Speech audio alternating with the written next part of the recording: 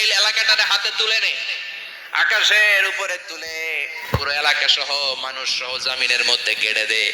জমিনের নিচের মাটি উপরে নিয়ে গেল কে? উপরের মাটি নিচে নিয়ে গেল কে? পুরো জায়গাটা এখন ডেড সি হয়ে গেছে। কি সি? ডেড সি নাম শোনেন নাই বোধহয়? আজকে শুনে রাখেন, এটারে বলে মৃত সাগর।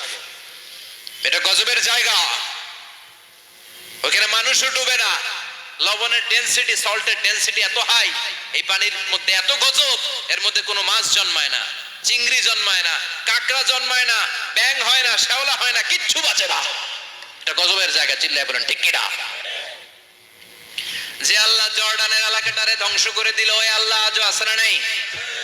এই জন্য নিজ দিয়ে তিনি যেমনি আযাব দিতে পারেন, ভূমিকম্প দিতে পারেন, জলোচ্ছ্বাস দিতে পারেন, উপর থেকে তিনি শিলাবৃষ্টি দিতে পারেন কি পারেন না? মাইথের দিয়ে কখনো শিলাবৃষ্টি হয়েছিল? হ্যাঁ, ফসল ক্ষেত শেষ করে দেয় না? ছাগল টাগল মরে যায়। ছাগল যদি ইয়েতে থাকে ক্ষেতের মধ্যে, বড় শিলা মাথায় পড়লে শেষ, মানুষও শেষ, টিনের চালও শেষ। কথা কন। এরপরে আল্লাহ যদি উল্কা বৃষ্টি পাঠায়, উল্কা যদি পড়ে, কই যাবেন? কোথায় যাবেন আপনি? উল্কা চিনেন? মহাশূন্যে বিশাল পাথরের খণ্ড ঘর্ষণ খেয়ে পৃথিবীর ভেতরে ঢুকে যায়। এই পৃথিবীতে সবচেয়ে বড় উল্কাপিণ্ড পড়েছে সাউথ আফ্রিকাতে। সাউথ আফ্রিকার একটা সিটি আছে, হোবা সিটি। এই হোবা শহরে 60 মেট্রিক টন ওজনের একটা উল্কা পড়েছিল, যেখানে পড়েছে পুরো জায়গাটা বিশাল খাদ হয়ে গিয়েছে। এরকম একটা উল্কা যদি এখানে পড়ে, আজকে বাঁচার উপায় আছে? যে বিল্ডিং এ আমরা থাকি, রাত্রে বেলায় ঘুমাই আর ধুম্মা চলে ধুম দেখি রাতে, ওই বিল্ডিং এ যদি একটা পড়ে, কথা কন, ডান্স ক্লাব গুলার উপর যদি পড়ে, পতিতালয় যেগুলো আছে ওগুলা যদি পড়ে, যেই হোটেল গুলার মধ্যে আকাম কুকাম হয় ওইটার উপর যদি পড়ে, নাকি আল্লাহর এখন দেয়ার ক্ষমতা নাই? কথা কন। তার মানে বেঁচে গেছো, পার পেয়ে গেছো মনে করো না, নিজ দিয়েও আযাব আছে, উপর দিয়েও আযাব আছে। চিল্লায় বলেন ঠিক কিনা? এজন্য ভয় পেতে হবে একজন সত্তাকে, তিনি কে? সব ক্ষমতার মালিক কে? এরপরে আল্লাহ বললেন, আওয়ালাম ইয়ারাউ ইলা তায়রি ফাওকাহুম সাফাতিন ওয়া ইয়াকবিদনা মা ইউমসিকুহুন্না ইল্লার রহমান ইন্নাহু বিকুল্লি শাইইন বাসীর। সুবহানাল্লাহ বলেন। আল্লাহ বলেন, তোরা নাস্তিক হস কেমন করে?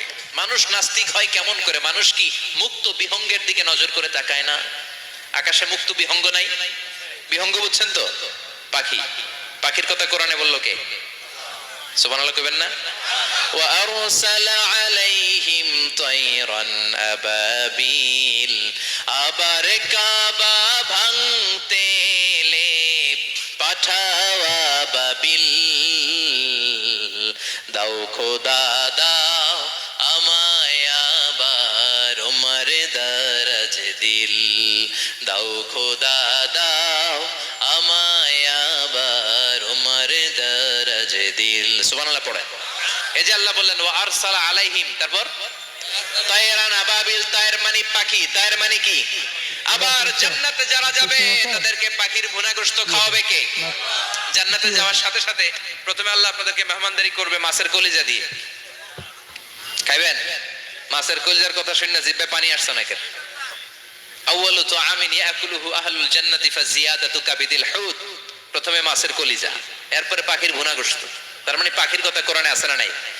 আবার সাইয়েদনা সুলাইমান আলাইহিস সালামের একটা পাখি ছিল, এটার নাম কি ছিল? হুদহুদ পাখি।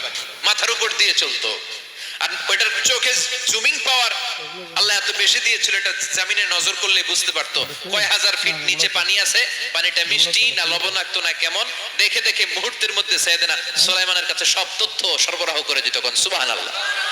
এজন্য আল্লাহ বললেন, নাস্তিক গুলো কি পাখির দিকে তাকায় না? এই পাখির দিকে তাকালে পাখির রব আল্লাহরে খুঁজে পাওয়া যায়। পাখির দিকে তাকালে, মুক্ত বিহঙ্গের দিকে তাকালে কেমন করে পাখিগুলো উড়ে যায়। এই পাখিগুলো আকাশে ধরে রাখে কে? মা ইউমসিকুহুন্না ইল্লার রহমান।